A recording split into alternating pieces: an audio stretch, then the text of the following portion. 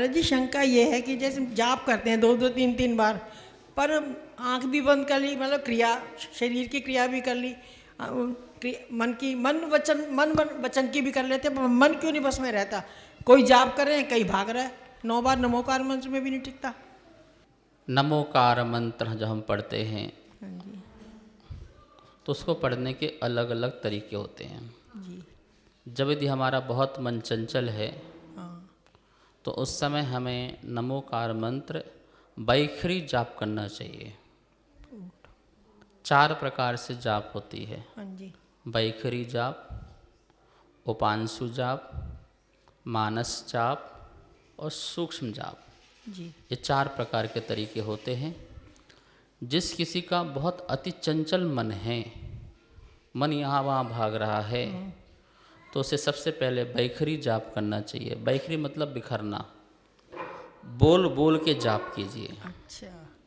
बोल बोल के करने से आपके कान में आवाज़ जाएगी, आपकी जिह्वा चलेगी, हाथ से माला चलेगी। तो आप बोल बोल के जाप करें।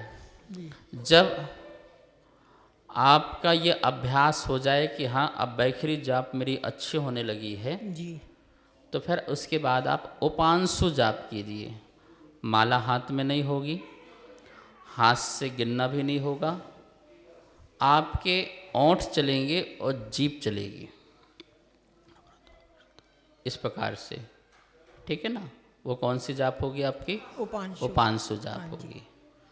जब आप उपांशु में टिकने लगे कि हाँ उपांशु भी हमारी जाप अच्छी होने लगी है, मन हमारा यहाँ वहाँ नहीं जाता है, तो इसके बाद आप मानस जाप करेंगे। न ओंठ चलेगी, न जिह्वा हिलेगी, मन से, मन को अरिहंताणम में, सिद्धाणम में ऐसे ले जाएंगे। तो मानस जाप ये भी प्रैक्टिस है। बैखरी जाप की अब 2-3 महीना अभ्यास करो, फिर उपांशु की 2-3 महीना करो, फिर जाकर के मानस में पहुंच पाओगे।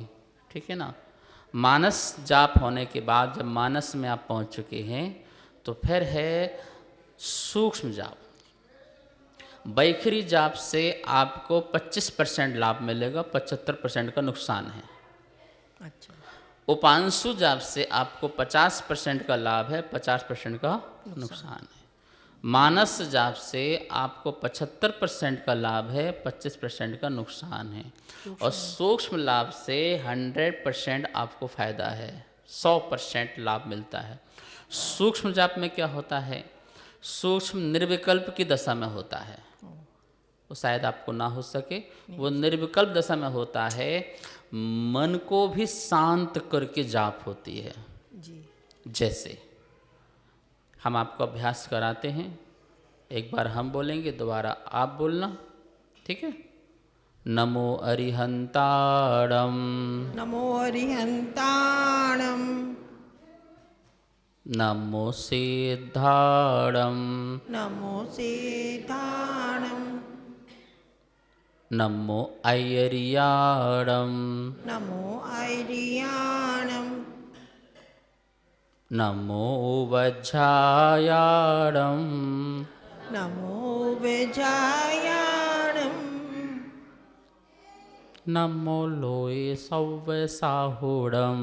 नमो लोहे सव्य साहुणम। कुछ समझ में आया आपको? नष्टे पूर्व विकल्पेषु यावदन्नस्य नोदया निर्विकल्पम चैतन्यम स्पष्टम तावत विभासते।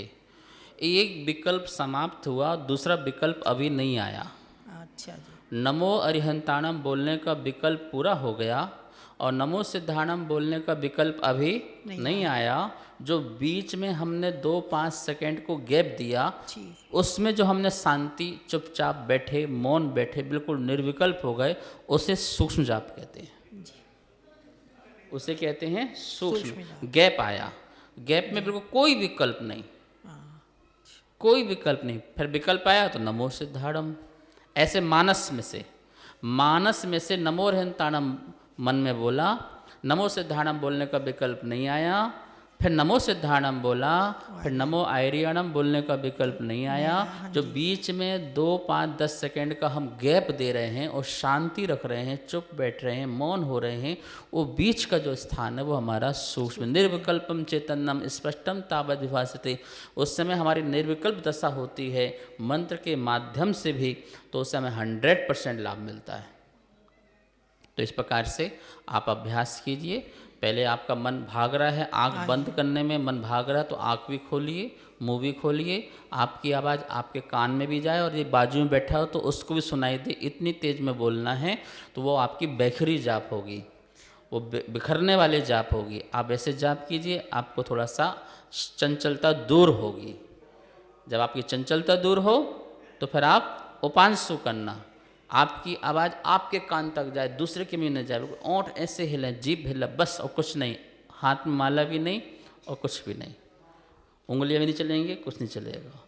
और मानस में न ओंठ चलेगी न जिह्वा चलेगी, शांति से मन से करोगे। और सूक्ष्म बता ही दिया। तो आप अपने इस प्रकार से चारों आयाम से पहुँचिए, आपको बहुत ही अच्छा जाप करने का आनंद आएगा।